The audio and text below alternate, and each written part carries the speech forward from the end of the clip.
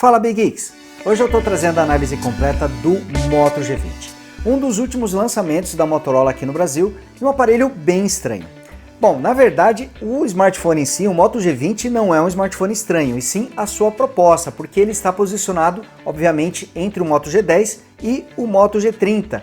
Mas o Moto G30 e o Moto G10 já eram aparelhos tecnicamente bastante parecidos, né? E agora temos o Moto G20 que fica ainda entre esses dois smartphones. Então temos aqui no Moto G20 um smartphone que traz muitas semelhanças com o Moto G30, poucas diferenças e o pior, todos eles, Moto G10, G20 e G30, estão mais ou menos na mesma faixa de preço.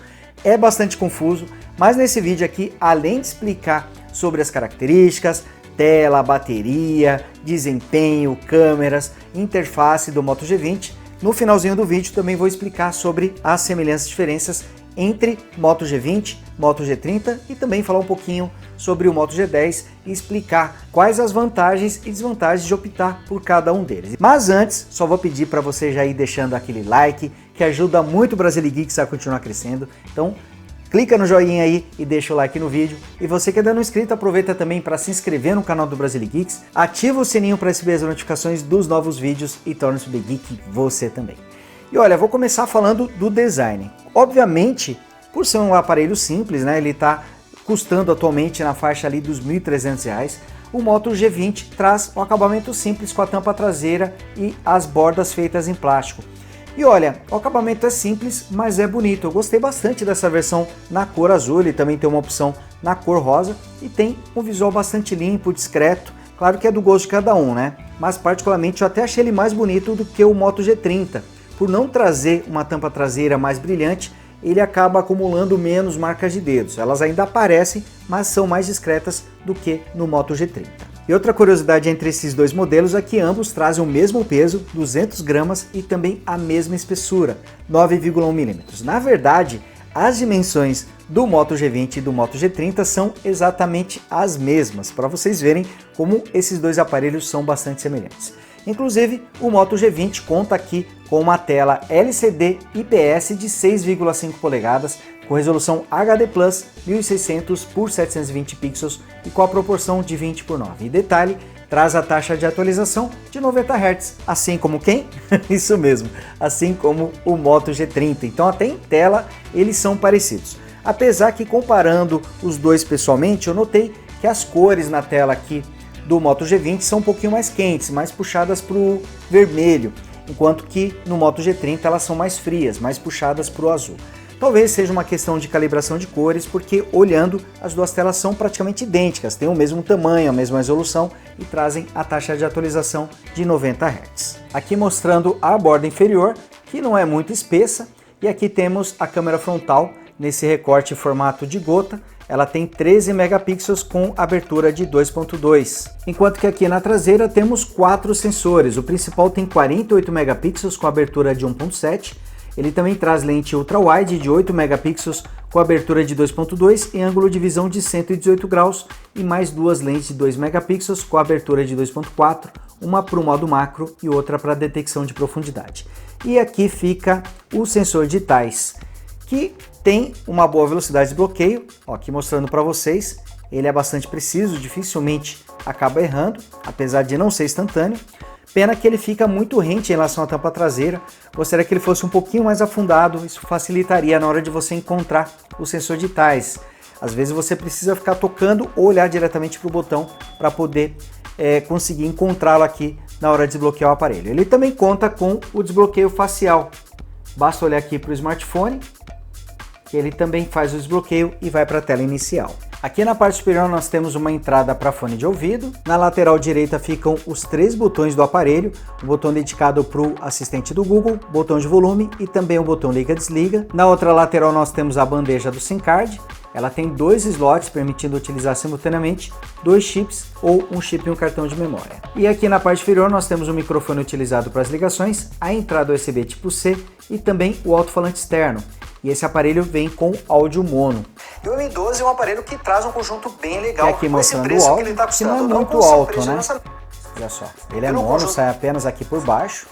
conforme eu falei para vocês. Temos o Galaxy o volume aqui não está muito alto. O volume ok, digamos assim.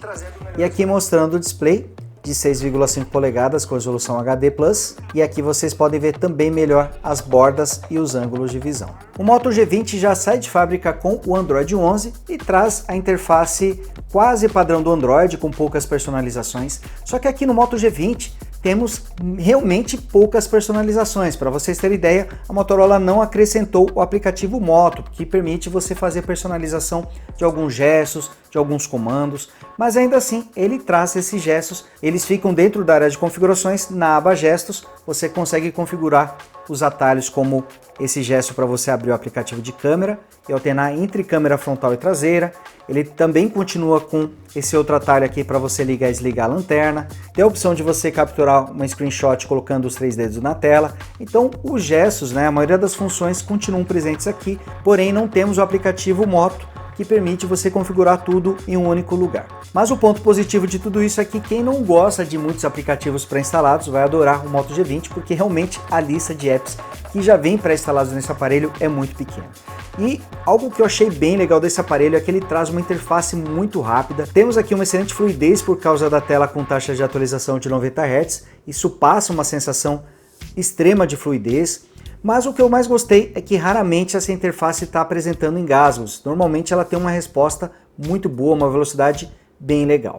Ele traz suporte ao tema escuro, aos aplicativos em tela dividida, além das funcionalidades que eu já mostrei para vocês. E para poder controlar esses gestos, você vai aqui no menu de configurações, depois em sistema, e clica no ícone de gestos. Aqui você vai conseguir fazer as configurações, habilitar e desabilitar os recursos. Mas realmente o que eu mais gostei é a velocidade da interface. Ela realmente está muito boa e acredito que, além da tela com taxa de atualização de 90 Hz, o responsável seja o seu chipset, o pouco conhecido ou praticamente desconhecido Unisoc T700. Inclusive o Moto G20 é o primeiro aparelho que passa aqui pelo Brasilegeeks trazendo esse chipset. Até então, muito pouco conhecido, ele traz uma performance bem legal.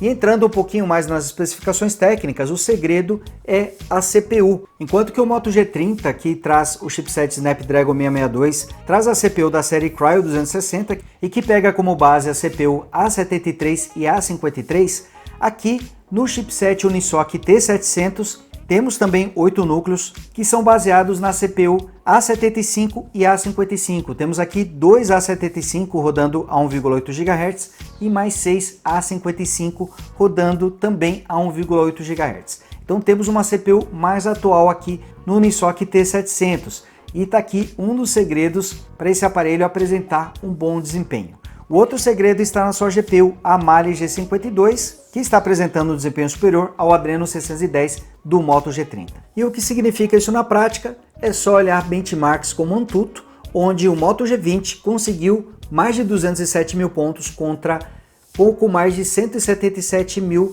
do Moto G30. A diferença não é tão grande, mas é significativa, principalmente o desempenho em GPU. Aqui mostrando os detalhes do benchmark Antutu, a gente vê que o desempenho de GPU do Moto G20 tem uma boa diferença em relação ao Moto G30. Isso a gente vê na prática nos jogos que acabam rodando de forma mais suave no Moto G20, além da interface que apresenta menos engasgos do que o Moto G30. E outra curiosidade, além de trazer um desempenho melhor, ainda trouxe um consumo de energia melhor. Notem que rodando o benchmark, o Moto G20 gastou apenas 1% contra 3% do Moto G30. E pegando outro benchmark, o 3D Mark, notem que a diferença do Moto G20 para o Moto G30 é ainda maior. O Moto G20 marcou 716 pontos contra 384 do Moto G30. Então você que gosta de jogos e está procurando por um smartphone nessa faixa dos R$ 1.300, é bom ficar de olho aqui no Moto G20, porque apesar de trazer um chipset que é bastante desconhecido, ainda assim ele apresenta uma performance bem legal. O Moto G20 ainda conta com 4 GB de memória RAM e 64 GB de armazenamento e traz uma bateria de 5.000 mAh. Na caixa, infelizmente, vem um carregador de apenas 10 watts com o Moto G20. Isso vai fazer com que o tempo de recarga acabe sendo maior. E com o brilho da tela em 45%, eu fiz os testes de bateria aqui com o Moto G20 usando a taxa de atualização de 90 Hz. Ele gastou 2% de bateria durante uma hora de ligação, 8% assistindo uma hora de vídeo no YouTube, foram 2% gastos gravando um vídeo de 10 minutos com app de câmera e navegar no GPS usando o aplicativo Google Maps gastou 6%. Foram taxas muito boas, então acredito que o Moto G20 tem tudo para aguentar até 2 dias longe da tomada, dependendo do seu perfil de uso. E quanto às câmeras, temos aqui os 4 sensores do Moto G20. O aplicativo de câmera é um pouquinho diferente do que a gente vê em smartphones da Motorola, não segue nem o padrão atual, nem o padrão antigo, então temos uma interface com algumas mudanças aqui, mas basicamente ele traz todos os recursos, vem com o modo Pro para fotos, traz o Night Vision também, mas senti falta do Cinema Graph e também do cor em destaque, tanto para fotos quanto para vídeos, os dois não estão presentes aqui. Mas ele traz o modo macro, utilizando a lente de 2 megapixels com abertura de 2.4, que infelizmente traz o foco fixo, isso prejudica um pouquinho a qualidade das imagens. E ele também traz lente ultra-wide de 8 megapixels com abertura de 2.2, vem com a lente principal de 48 megapixels com uma abertura bem legal de 1.7, e também traz um detector de profundidade de 2 megapixels com abertura de 2.4. Câmera frontal tem 13 megapixels e abertura de 2.2. E o Moto G20 consegue filmar no máximo em Full HD a 30 quadros por segundo, tanto com as câmeras traseiras quanto com a câmera frontal. Ele também traz o suporte ao modo noturno, que a Motorola chama de Night Vision, mas ele só funciona para a câmera principal e para a câmera frontal. Infelizmente, você não pode usar esse recurso com a câmera ultra-wide. Quanto à qualidade das fotos e vídeos, curiosamente ele tem um resultado muito semelhante ao Moto G30, apresentando as mesmas qualidades e também os mesmos defeitos. A câmera principal vai entregar ótimos resultados em ambientes com bastante ou pouca luz, a lente ultra-wide é adequada para você utilizar em locais pouco iluminados, e a câmera frontal, apesar de também trazer o suporte ao modo noturno, ele é mais limitado, então o ideal é que você fotografe em ambientes com bastante luz. As gravações têm uma qualidade boa, mas nada que se destaque. E o ideal é você utilizar o conjunto de câmeras para gravações em ambientes bem iluminados, em locais com pouca luz. Somente a câmera principal consegue entregar um resultado ok, as demais deixam bastante a desejar em locais pouco iluminados.